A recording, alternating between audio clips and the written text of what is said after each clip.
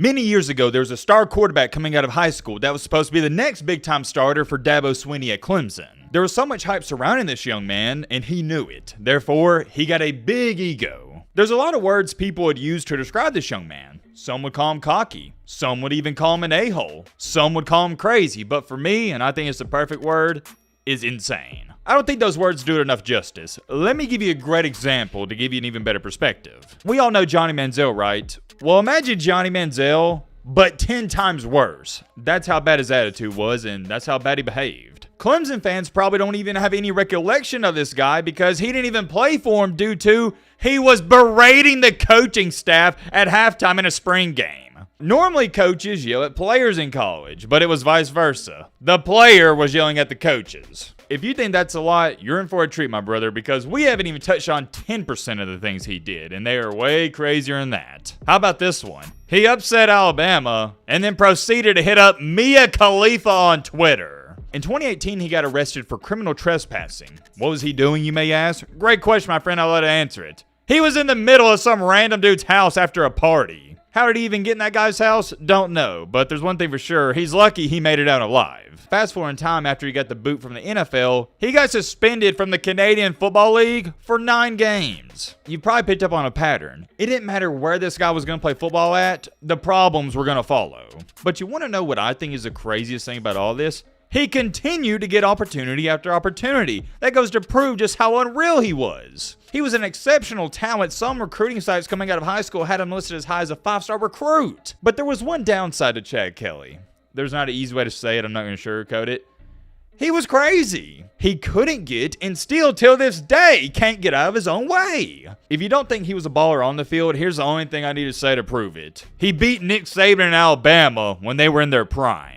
By the way, he beat him in Bryant-Denny Stadium, which makes it 5 times more impressive. His entire life and story is entertaining, to say the least, but it's more so of head-scratching. It's got people asking questions like this. I can't even believe this is a real question. I've never seen this before. Why did Chad Kelly get kicked off of so many teams? Oh yeah, I almost forgot to tell you in this intro. He showed up to one of his brother's high school football games and tried to fight somebody. There's many questions people have been asked about this guy even till this day. But however, it all circles back to the one. And I mean the one big question I want to try to get to the bottom of in today's video. What really happened to Chad Kelly? Ladies and gentlemen, boys and girls, hope all of you having a great day. If not, hope this video can make it a little bit better. Real briefly, before we get into it, I have to say this, and you need to pay attention. I already know there's going to be some comments like this, so I'm begging you, please listen to this. Yes, I have already made this video covering Chad Kelly's story. However, it was like 4 years ago. Wanted to address the elephant in the room. Secondly, this is a new and updated version. There's some more events we got to talk about that have transpired. You also got to take into account with that video being nearly 4 years old. We've gained a bunch of new subscribers since then. Shout out to every single one of y'all. And many of you have probably never even seen that video. If you have seen it, I still feel like this video is definitely worth a watch because it's a whole new commentary and we're going to be adding some new things in there. That's enough jibber jabber. I did want to explain that. Without further ado, let's get into it. You already know. To get into Mr. Chad Kelly's story, we got to throw it all the way back to where things started. For those of you who don't know, Chad Kelly is Jim Kelly's nephew, which meant at an early age, everyone expected a ton out of him. In high school, he attended St. Joseph's Institute, which is located in New York, where he dominated the competition. In his senior year alone, he had over 3,000 passing yards, 27 touchdowns, and over 990 rushing yards with 14 touchdowns on the ground.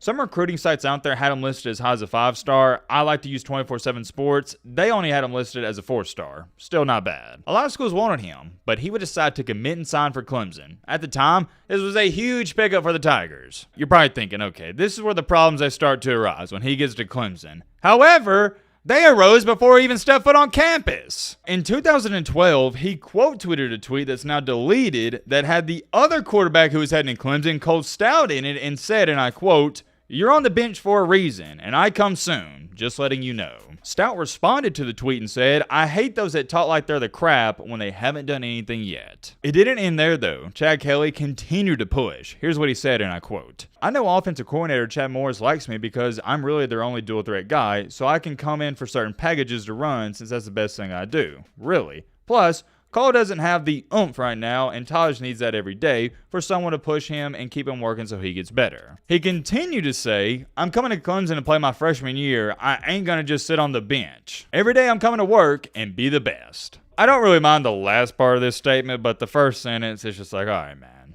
what are we doing? Less talk, more action. But hey, that's just me. It's okay to believe all that as an athlete, and you should tell yourself that, but coming out and saying it to the public, that's a whole nother level. Shouldn't do it. Oh yeah, spoiler. He didn't play as a freshman. In 2012, he took a red shirt. In 2013, as a redshirt freshman, didn't do anything, played in some garbage time here and there, only attempted 10 passes. Here's where things start to get interesting though. Heading into the 2014 season, he was competing for the starting job. Let's just say that Kelly was not too happy with how things were going in the spring game, and he let the coaches hear it at halftime. Obviously, you can't do that. It's a big no-no. So the coach is like, yeah, we're not going to play this guy in the second half. He needs to take a break. He needs a breather. So they decided to bench him. I'd say roughly 99.9% of other athletes out there, if they were in this situation or predicament, they would take the benching, although they wouldn't be happy about it. They would take it in stride and try to move on from it. Get out of the doghouse. But we're talking about Chad Kelly. He is the 0.001%, and this is why I call him insane. He was like, nah, I think I'm going to speak my mind. So while he was benched, he was still screaming at the coaches on the sidelines. Here's what Dabo Swinney had to say after the game, and I quote, "You're not going to have guys crossing a line with the coaches just because they're frustrated with whatever. He got frustrated and reacted the way your leader can't react. It's just that simple. You don't got to be a rocket scientist to figure out what I'm about to say next. He got kicked off of Clemson in the up-and-coming days." I do got to give him some credit, though. He didn't back down. Before he officially got kicked off, they had a meeting with all the coaches, and he was still going at him, and that's when they were like, yeah, you got to go. You can say what you want about Chad Kelly, but you can't say he backs down, because he does not. So at this point in time in his career, he looks like a big fat loser. Reminder, he's tweeting out how he's going to start as a freshman at Clemson. He's going to beat out Cole Stout, yada, yada, yada. He's the next best thing since sliced bread, and now he's not even playing football for anyone. So you know where he decided to go? To good old Last Chance U. He went to the infamous EMCC, East Mississippi Community College. And this is where our story turns back around, because this was great for him. He took, ironically enough, his last chance and made the most out of it. He stayed out of trouble at EMCC for the most part, and in 12 games played, he had nearly 4,000 passing yards with 47 touchdowns to only 8 interceptions. He balled out. He led East Mississippi to an undefeated record that year, and they won the championship. You want to talk about a comeback? Look no farther than this example right here. He was in a bad situation. His back was against the wall, and he's like, all right, I got to lock in. I got to get down to business, and he did just that. So props to him. With him having this outstanding season at EMCC, he was back on the radar of all these D1 teams. He decided to stay close to where he was at, and he committed and signed with Ole Miss. At the time, this made perfect, and I mean perfect sense. When I think of a Hugh Freeze quarterback, I think of guys like Chad Kelly and Bo Wallace. Dual threat guys that are going to cost you some games, but also going to win you some games you had no business even being in. Kelly gets to Ole Miss, and as soon as he arrives on the campus, he wins the starting job. How about that? He started out the season on fire. In his first 2 career starts, he put up 76 points and 73 points. No, that is not a typo. You're probably sitting there going, well, yeah, they didn't play any competition. But I beg to differ, because in the next game against Alabama in Bryant-Denny Stadium, they put up 43 on a Nick Saban-led defense. 43! Chad Kelly would lead the upset. He had 340 passing yards, 3 touchdowns, 0 INTs, and a QBR of 94.8. Incredible. He played out of his mind, and that entire year, all in all, it was a great year for Ole Miss. They finished 10-3. I'll show you his stats. He completed 65% of his passes, had 4,000 passing yards, 31 touchdowns to 13 interceptions. You'll take that. Heading into 2016, which would now be his second year at Ole Miss, everybody was expecting a ton out of this guy. Rightfully so. He just went off. But that 2016 season was a year that Kelly would like to forget. It wasn't his best. But also another thing to throw in there around this time is his ego. It was getting back to those levels it was at before he got to Clemson. Around this time, Mia Khalifa, who's in the adult film industry, she leaked some DMs between her and Kelly. And I don't think it's a crazy bad look for him or anything like that, but let me just show you the messages. He reached out to her and say, hey, add me on Snap, better see you at the game on the 5th. She responded, I'm only following you for Seminole Recon to find your weaknesses before the game. Also, because Last Chance U. He said, oh yeah, haha, you're funny. What did you think of the show? She responded, weakness 1. Can't resist urges to slide into DMs with girls out of his league. I should have said this before I showed you these messages. She was a Florida State fan. That's why this banter was going on. Some of you may or may not remember that incident. It went viral. I thought it was worthy of throwing in this video. Do I think that was a bad look for Kelly? No, absolutely not. He didn't say anything outlandish. He was reaching out to a girl. Typical college quarterback stuff, right? The reason I think that's relevant to our video is because Ole Miss started out that 2016 season with an L to the Seminoles, 45-34. They would then lose to Alabama, so Bama got their revenge, run off 2 straight. But 8 games in, they were sitting at a miserable 3-5. Oh yeah, you can't forget to mention, in the midst of that 2016 season, he went to one of his brother's high school football games, and he got into a scuffle or a fight, whatever you want to call it. One of the players on the opposing team hit his brother laid out of bounds. Next thing you know, Chad Kelly, the starting quarterback for the Ole Miss Rebels, is on the field. Nothing major came out of it. It was just one of those Chad Kelly moments. You had to be there to remember how big of a story this was. Here's what he had to say about it. If I could have done it differently, I definitely would have. I obviously wouldn't have run out on the field. I regret doing it, but at the same time, I'm sure any of us, if we saw a family member out there in need of help, we would have come to the rescue too. Let me know in the comment section how you feel about that.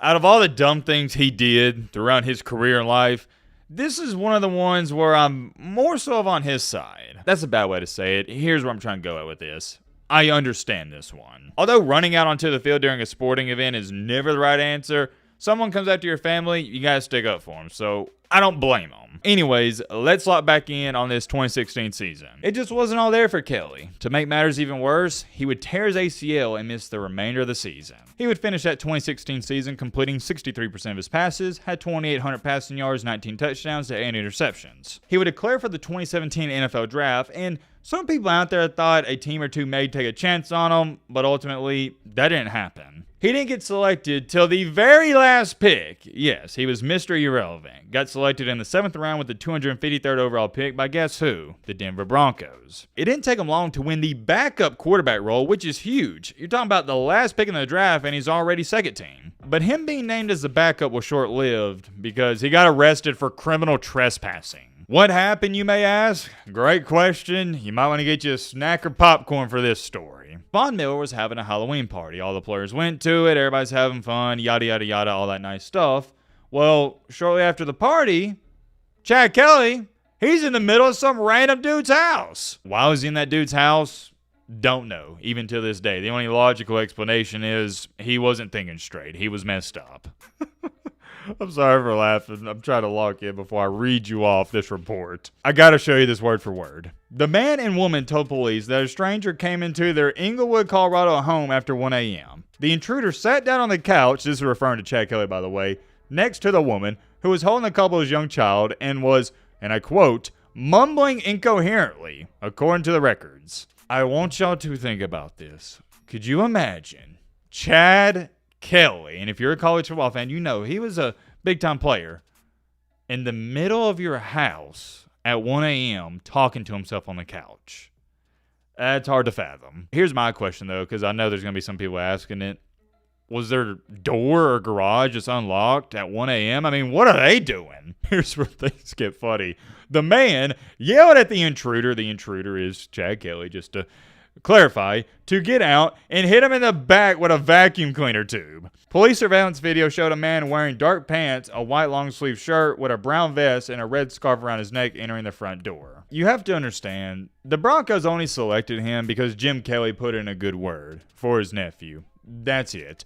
Therefore, he was already on a thin leash. They made it clear to Jim Kelly, if he made any mistake, even the slightest one, they're going to cut him.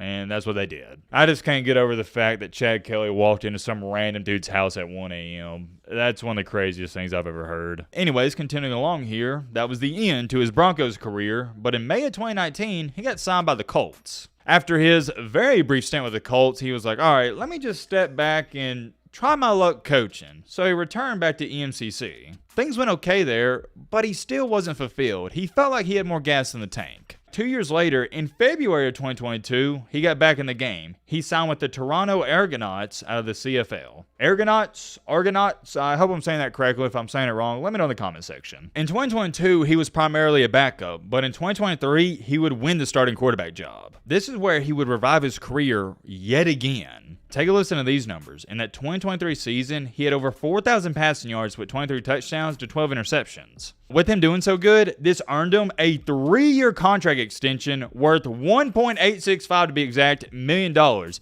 This made him at the time the highest paid player in the entire league. I'm telling you, man, nobody knows how to make a comeback like Chad Kelly. You got to give it up to him. In the same season he got that extension, he would lead his team to a 16-2 overall record, and he was named the league's most outstanding player. So at this point in time in his career, things are looking great, right? Sure, he's not a starter in the NFL, but he's a starter in the CFL on a really good team making millions of dollars. To go on top of that, he's staying out of trouble. Life's treating him pretty good. You're sitting there thinking, all right, there's no way he can screw this up, right? Well, if you were or are thinking that, you're wrong. In May of 2024, the CFL announced that Chad Kelly would be suspended for at least 9 games. The CFL launched an investigation into some serious allegations made against him and his football team. These allegations were made by the former strength and conditioning coach. Here is the official report. Toronto Argonauts quarterback Chad Kelly publicly apologized Tuesday for conduct which led him to being suspended for violating the Canadian Football League's gender-based violence policy. Here's what Kelly had to say, and I quote, "I'm sorry for my actions. I'm sorry for what I did. I affected a lot of people, my teammates, my coaches, women, my family. I feel bad for the situation that happened. I've grown. I learned from not only the past couple of months, but every day I'm trying to get better. Be a better person, better teammate, better male. I just want everybody to know I'm sorry and I will be better and be a better teammate and person from this. I know what I need to do and what's at stake every day. I'm thankful I have a group of people around me, but yes, I'm going to strive to do exactly what is needed to make sure I'm staying on the football field. I'm staying to be a better person." I'd say that over the course of these months, you come to realize what actually had been done and been affected. The complainant obviously deserves all the respect no matter what gender you are. There's some more stuff he said. I don't think it's important. Now, you're probably sitting there going, wait a minute, Matt, I'm confused. What exactly did he do? What happened? Great question. That's the problem with this. We don't know exactly what he did because he's not talking about it and neither is anybody else. All we know is a former strength and conditioning coach has filed a lawsuit against them for wrongful dismissal. And since then, my bad, I should clarify, the lawsuit, it's been settled. You can read it for yourself right here. I'm not even going to try to guess what I think happened because the bottom line is we don't know exactly what went down. But if I had to give you my best educated guess, I'm going to assume it had to be pretty bad for Chad Kelly to be suspended for 9 games. After that suspension, he would come back and throw for 2,400 yards, 10 touchdowns to 8 interceptions. He helped lead the Argonauts to the playoffs, and in one of their playoff games, he was 18 for 20, that's incredible, had 358 passing yards with 4 touchdowns. I believe this is perfect. He had a passer rating of 218.3. Sadly, in one of the playoff games, he suffered a knee injury, therefore he didn't get to finish the regular season, but the backup quarterback led his team to their 2nd championship. This is the newest updates. As where it stands today, he is still a quarterback for the Toronto Argonauts. I will say one thing. It looks like he has matured a lot since his college and NFL days. But there's one thing that hasn't changed. Wherever he goes, those problems, they tend to linger around. All in all, though, I'm extremely happy to see him succeed. And to Chad Kelly, if you're somehow somebody seeing this video, my brother, wishing you the best luck in your career moving forward. Before we end on this video, though, we got to talk about it. We got to bring it up. If he could have stayed out of his own way, do you, I'm asking you a question, think he could have been a starter in the NFL? We'll say that. Not like a top 5 quarterback, but a starter. Here's my 2 cents. Yes, absolutely. It was never a talent issue with Chad Kelly. It was always off the field problems. You can like him, you can hate him. Doesn't matter, doesn't change the fact that he was a straight up baller. The only downside to him is he was a nutcase. And I hope some of my younger athletes are paying attention to these videos and stories. And I want you to understand that just being an outstanding player, whether it's on the basketball, baseball, or football field, that's not enough. You got to act right off the field as well. And I'm sure, not even just sure, I'm 100% positive that Chad Kelly would attest to that. I do got to say, though, I respect the perseverance because there were multiple times I felt like when I was doing research and gathering information for this video, I felt like your average person would have gave up, but he didn't. He kept pushing. So much respect and love to Chad Kelly. Like I said, wishing best of luck. I'm curious. I'm going to know your thoughts on this down below. But bye.